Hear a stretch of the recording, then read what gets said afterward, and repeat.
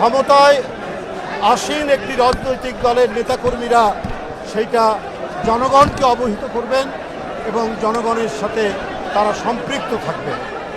দলের নেতাকর্মী যদি জনগণের সাথে সম্পৃক্ত থাকেন তাহলে কেউ যদি অনৈতিক চিন্তা করে তারা চিন্তা করতে পারবে না। কারণ আমাদের প্রত্যেকটি কাজ, প্রত্যেকটি কর্মকাণ্ড, সরকারের প্রত্যেকটি কর্মসূচি যেটি বাস্তবায়ন হচ্ছে, প্রত্যেকটির ব্যাপারে আমাদের প্রধানমন্ত্রী, মাননীয় প্রধানমন্ত্রী তিনি জবাবদিহিতার প্রতিটি স্তর করেছেন, প্রত্যেকটি ক্ষেত্রে তিনি জবাবদিহিতা নিশ্চিত করেছেন।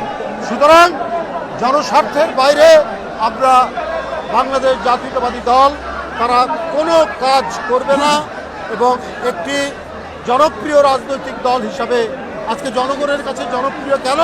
কারণ এর প্রতিষ্ঠাতা শহীদ রাষ্ট্রপতি জিয়াউর রহমান এবং তার সহধর্মিণী দেশনেত্রী মরহুমা বেগম খালেদা জিয়া, তারা যে জনকল্যাণে কাজ করেছেন, তারা যে নারীর ক্ষমতায়ন, তারা দেশের আর্থিক উন্নতির জন্য যে কাজগুলো করেছেন, সেই কাজগুলো আজকে জনগণের কাছে বিএনপির জনপ্রিয়তা বৃদ্ধি করেছে।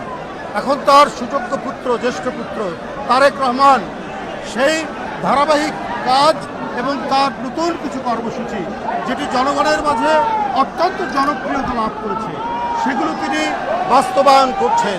তো আমরা দলের নেতাকর্মীরা সেই বাস্তবায়নকে আমরা সহযোগিতা করব, আমরা সেটিকে জনগণের কাছে তুলে ধরব এবং এই তুলে ধরার মধ্যে দিয়েই জনগণের কাছে আমাদের দলের জনপ্রিয়তা, বিএনপির জনপ্রিয়তা আরও বৃদ্ধি পাবে।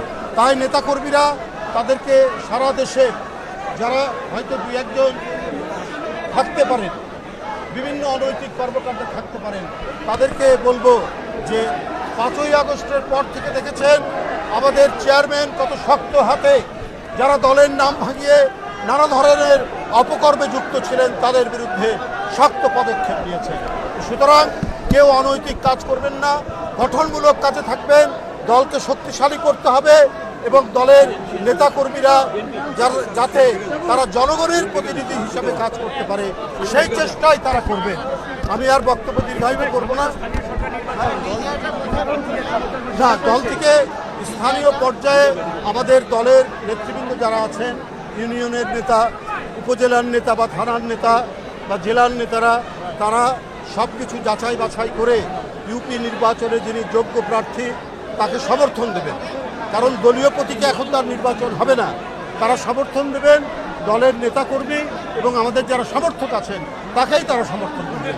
একজন দলীয় সমর্থিত ব্যক্তি অবশ্যই নির্বাচিত হবে, কারণ আজকে এত অপপ্রচার দিয়েছে, এত চক্রান্ত হচ্ছে, এত ষড়যন্ত্র হচ্ছে, তারপরেও দেখেছেন জরিপে বিএনপির জনপ্রিয়তা অনেক বেশি, প্রায় 54, 55, 56%। আর ব্যক্তিগতভাবে প্রধানমন্ত্রীর জনপ্রিয়তা আরও বেশি, 65-66%। তো সুতরাং জনগণের পক্ষে, জনগণের স্বার্থে এবং জনগণের জন্য কাজ করলে সেই দলের সরকার কোনোদিনই ব্যর্থ হবে না। সেই সরকার একটি জনগণের সমাদৃত সরকার হিসেবে